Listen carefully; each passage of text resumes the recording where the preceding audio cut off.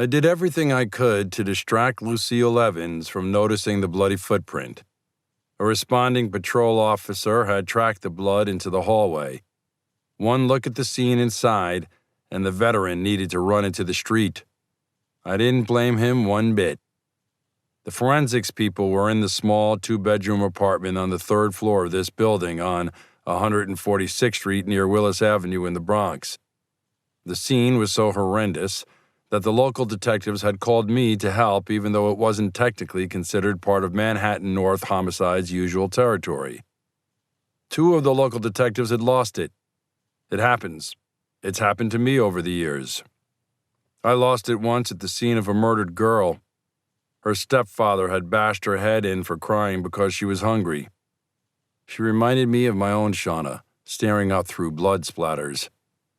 When I heard her stepfather in the other room talking with detectives, I snapped. It almost felt like another being possessed me. I burst into the room ready to kill. Only the fact that my partner at the time, Gail Nodding, was as tough as nails and shoved me back out the door had kept me from killing the creep. Now I considered this bloody scene. Who wouldn't be affected by the sight of 2 bodies with bullet wounds in their heads, large caliber wounds? Not the usual 38s or 9mm used in the city. The bodies frozen in time. The mother trying to shield her little girl. I wanted to bolt home and hug my own children, but I had work to do. I had my hands full with the 65-year-old woman who merely wanted to say goodbye to her daughter and granddaughter.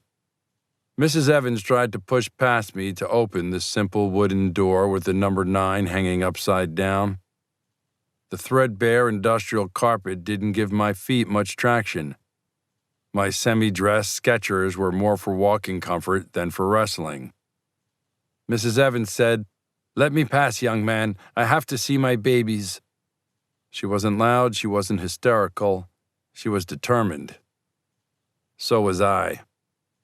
I said, "Ma'am, I'm not in charge, but I do have kids. I know loss. You don't want what you see inside that apartment to be your final memory of your daughter and granddaughter. Please, I swear to God, you'll get your chance to say goodbye." She stared me down as hard as any drug dealer ever had, but I was resolute.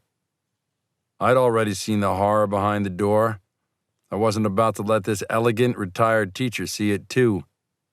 Her daughter, still in her nurse's uniform from the Bronx Lebanon Hospital, the left side of her face missing from a single devastating gunshot, lying over her daughter, a 9-year-old with a hole in the side of her head.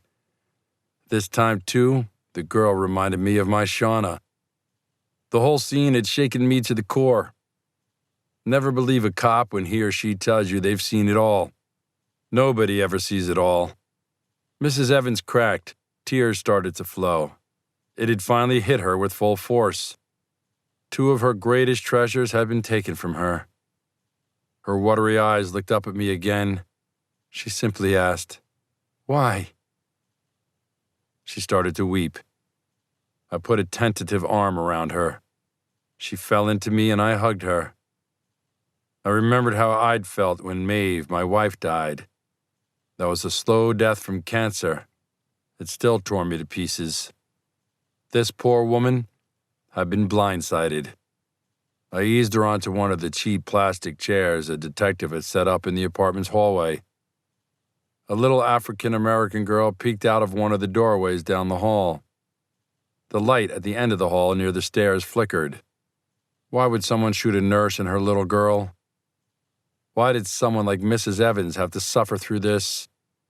How would I hold it all together? I had to. It was my job.